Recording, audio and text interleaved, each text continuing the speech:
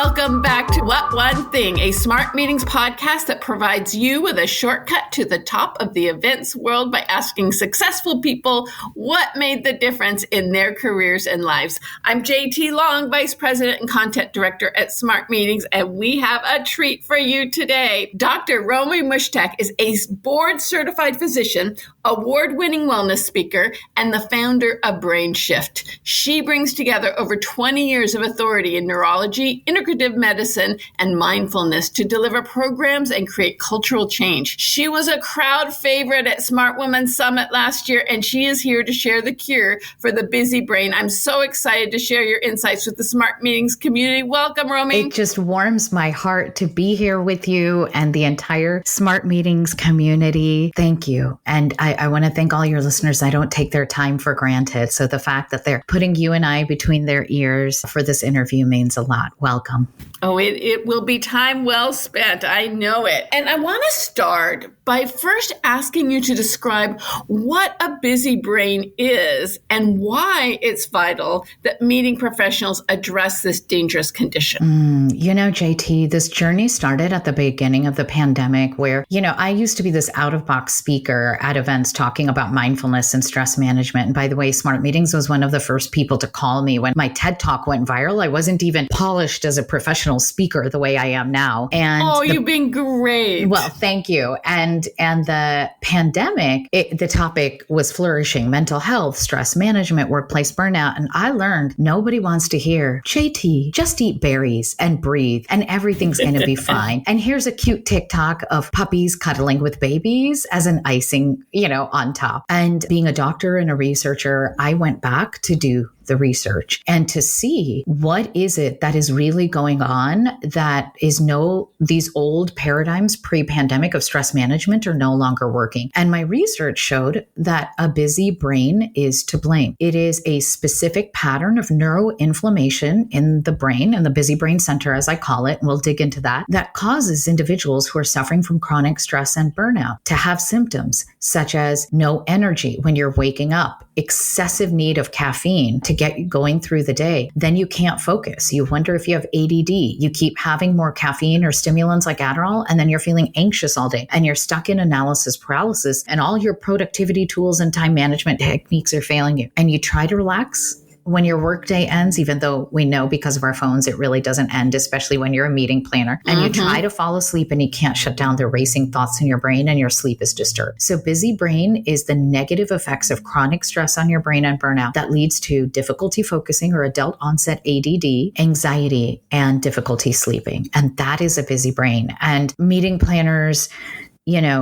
somewhat people I've gotten to know intimately through your community, through my work as a chief wellness officer at Evolution Hospitality and as a professional speaker are guilty of it, like many other professions that have to be on this idea that you're only good as your last event, or I'm going to maybe get by at this event on 3 hours of sleep and I'm high on adrenaline and I'll rest when this event is over. But JT, let's tell the truth. Your next event just starts in 48 hours again, doesn't it? Am I right? You nailed it. Yeah. It's like you have a crystal ball on our lives. And the other thing that you have that I love is you have a quiz so people can figure out if they have a busy brain. Talk to me about what people can learn from that. Yeah, thank you, JT. I was at your Smart Women meeting in New York last year, and people are still messaging me about their busy brain score and that they tried a few brain shifts and it is better. Basically, I want you to give your brain a score so that you don't tell me, hey, Dr. Romie, all meeting planners are stressed out. Who isn't stressed out? We wear stress as a badge of dishonor, whichever way you look at it. I want you to actually get a score. And so there is a free quiz that we'll put in the show notes here that you can go to my social media, my website. This is a neuropsychology test that we developed and was a part of our research for this book that 17,000 people did. And so that is the busy brain and test. You get a score. And if you score above a 30, it's a sign you have a busy brain. Above a 50, maybe you're heading towards burnout. And so start with a score so that when you start putting the brain shifts or the cure in place, you can retake the test and see, wow, the score is getting better. Not only do I feel better, my score is better. Nice. Because whatever gets measured gets dealt with, yes, right? And absolutely. if it doesn't get measured. Yes. Yeah. Well, you have a personal story about how you realized that you had busy brain. Can you share that with us today? Yeah, JT, I was raised by immigrant parents and English is a third language. And I had one success mantra growing up from my dad that was left to my mother and my aunties to execute. We have one daughter and you will become a doctor at all costs. And I loved my job. Just like every meeting planner I meet until they're burned out, you all really love your jobs, right? And as a doctor, just like meeting planners, I was chronically sleep deprived and pushing for excellence and perfection. And not only was I seeing patients in neurology, I was doing research on the effect of women's hormones on epilepsy and migraines and women's brains and loved it. And that chronic sleep started to lead to symptoms in my mental health, my busy brain. I didn't have that term then. I just felt shameful. I thought it was just me and that I wasn't coping. And so then I kept pushing and it started to deteriorate my physical health to the point that I ended up in life-saving surgery. That's in my TED Talk that you all saw in Smart Meetings way back in 2014 when you were like, we need to talk to this girl. And that sent me on this journey that lasted almost a decade to heal myself, understand why this happened, talk to other people in corporate America, research it, find a solution and research that solution. And in simple terms, I say, I had to journey through my mess so I can help you clean up yours. And I think a lot of us can identify. Yeah, really. No judgment. It is. No judgment. I mean, really, my heart bleeds for the meeting, hospitality, tourism industry, right? Y'all were working hard and the pandemic wiped out businesses. And then as it came back, we all had to deal with the struggles of what they called a pivot. A pivot is a polite word. I think we all have 4-letter words of doing virtual events and hybrid events, right? And bringing meetings back. And now they've come back at full force, but in stressful times of recession, of inflation, of budget cuts, of I feel like there's so much more that meeting planners are dealing with to make a similar event happen in 2019. Am I right? What do you think? Oh, lean staffs, right? And trying to do it all with very little time and a lot of changes. So luckily, you have a new book coming out that's going to help us with all of that. Tell me about your book. What made you write it now? Busy Brain Cure, the 8-week plan to find focus, tame anxiety, and sleep again. I wanted success-driven people to succeed without stressing and burning out. And I wanted to give you a solution, and here's the bonus, without having to go on a diet. Yes. Woohoo! Yes, I believe in comfort food, right? And comfort food is different than stress eating. So comfort food is foods that you love having with your family or at a holiday or that are tied to your religion or state or country of origin, right? And, really wanted to not take that away because we know when people go on a diet or a cleanse, it actually makes a busy brain worse. It makes your stress hormones worse and it creates trauma in the brain. And we don't want that. So I wrote this book now as a game plan, not only as a doctor, but as a chief wellness officer for companies to say, here, your employees are burned out. They don't want another virtual yoga class or an app that's going to make them go on a diet. Here is an 8-step, 8-week plan to improve and heal the symptoms of burnout and chronic stress and get to the root cause. And that's why I wrote the book. And we had tested in corporate America. It was working. And then we were like, well, it needs to go to the public. Like, what if you're not one of the companies that can afford to hire me for a keynote lecture or, for an 8-week program? And the demand inside corporate America was so big. They were like, we love your keynote. We're still talking about it. Like, could you just give us the whole plan? So here it is in the book. Yes. A plan in a book. I love that. And one of the steps that you mentioned at Smart Woman is the importance of quality sleep. to allow our brains and our bodies to recover. But a lot of us have trouble either getting to sleep or staying asleep. What are some things planners can do to ensure they're getting the rest they need? Absolutely.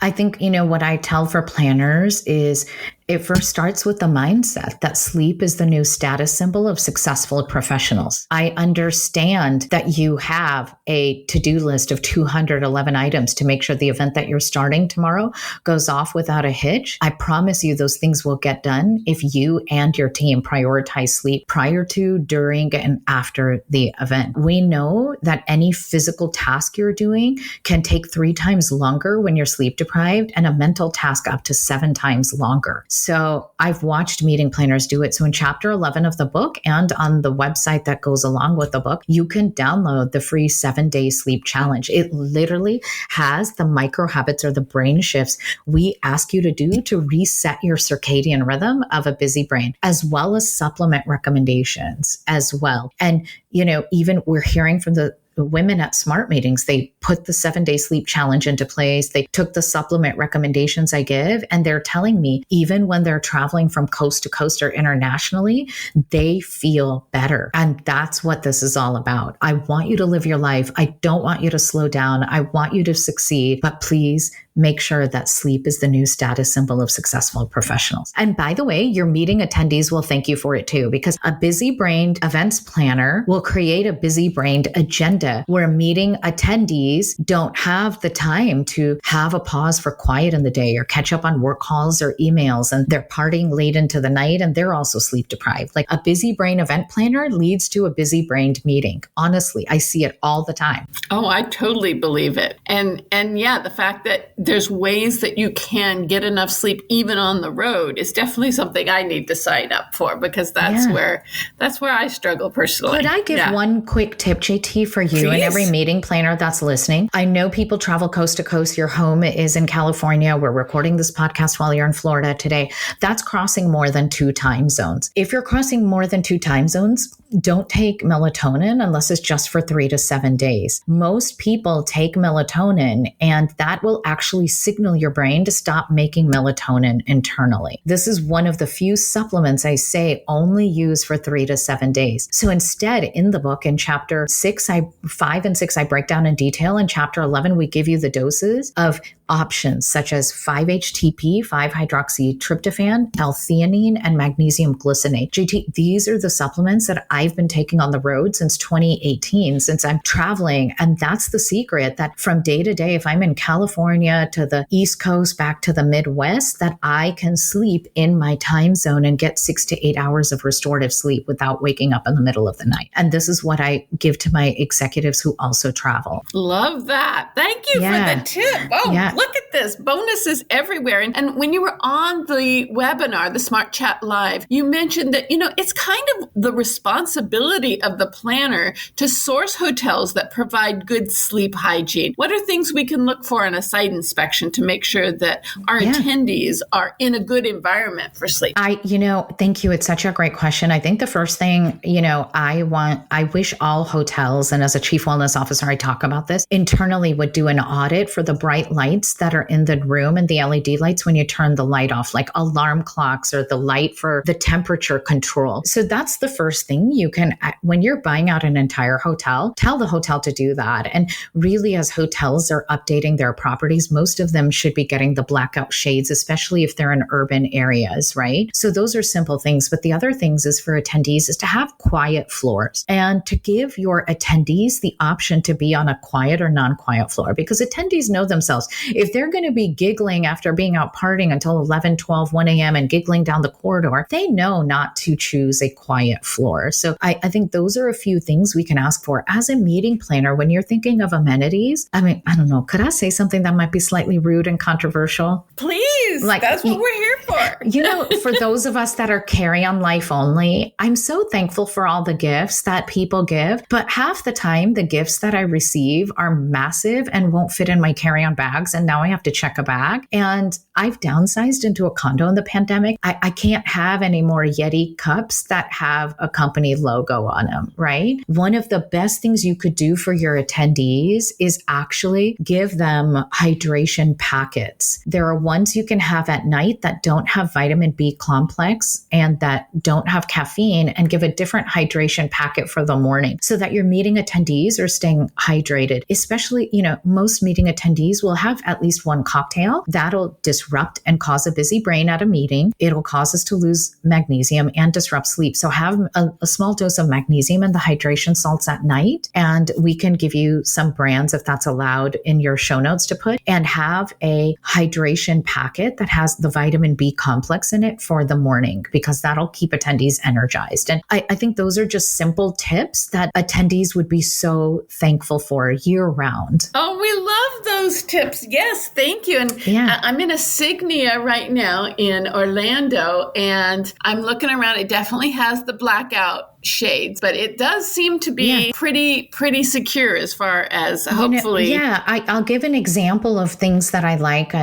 We've opened a lot of AC hotels in our portfolio, and they're just one of many brands that do this, where they don't have LED lights on an alarm clock, and some hotels don't even have that, since most of us use our phones. The temperature control button panel blacks out when you're not touching it, so you set that. But when you put your feet on the floor in the middle of the night, if you need to go to the bathroom, the light sensors under the bed will just put on a soft light, so you don't have a serious knee or ankle injury heading to the bathroom and you're like, wait, I need to wear heels in the middle of the night. I can't be walking around with no bedtime injury. Yes. Oh, good. Those are more good things to look for. Well, this is called What One Thing. And so the real reason we brought you here, just in addition to the fact that I love talking to you, is that we want to know what one thing you did that made all the difference and put you where you are now, and what our Smart Meetings community can learn from that. I'm going to get a lot of eye rolls with this one. Do tell. My entire calendar with my team and with my speakers bureau is built around my sleep schedule. Talk to me. How do you do that? Yeah. Everybody knows, look, you can move around almost anything on my calendar, well, except for a meeting with Marin and JT, of course, right?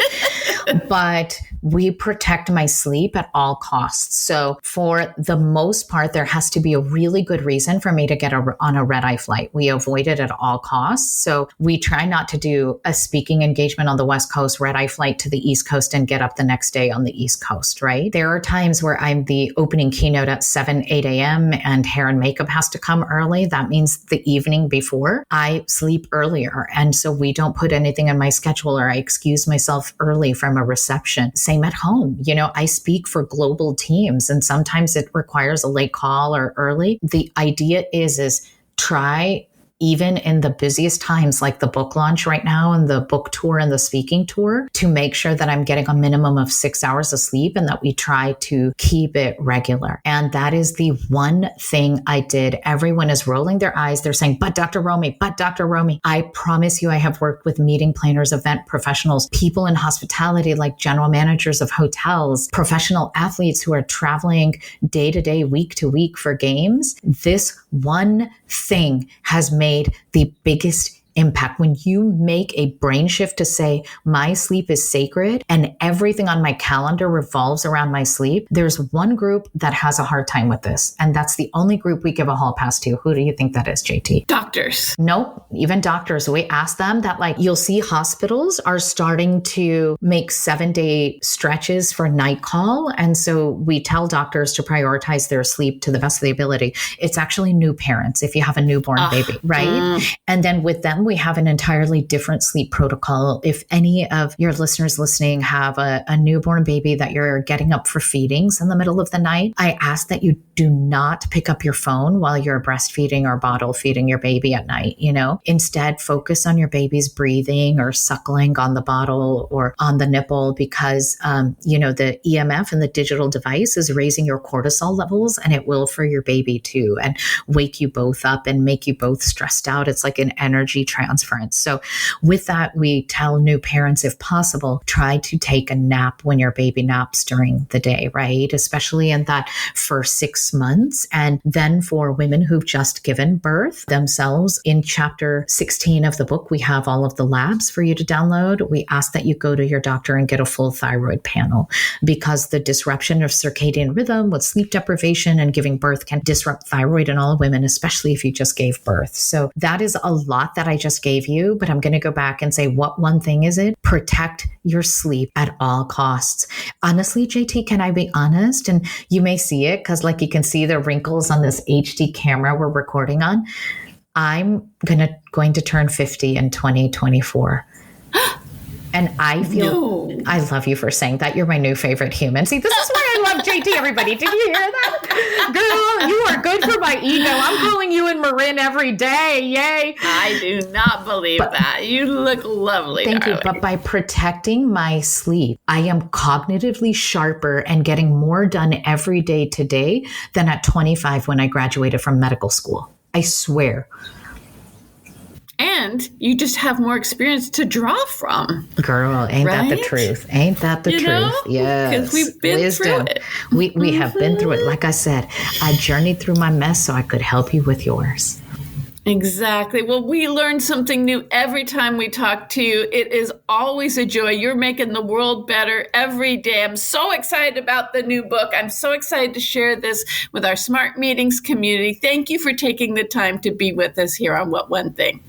JT, it is an honor to serve the meeting professional, event professional industry. And with the last words I'll say to anyone listening is, if you got a high score in your busy brain test, just remember this: your brain isn't broken, your mind is not a mess, and your spirit did not depart your soul. You've got an entire community here with Smart Meetings, and together, let's brain shift. Absolutely. Thank you for joining us. Take care. Bye, everyone. Smart Meetings What One Thing was produced by Bright Business Media. Visit smartmeetings.com to subscribe to your daily dose of inspiration.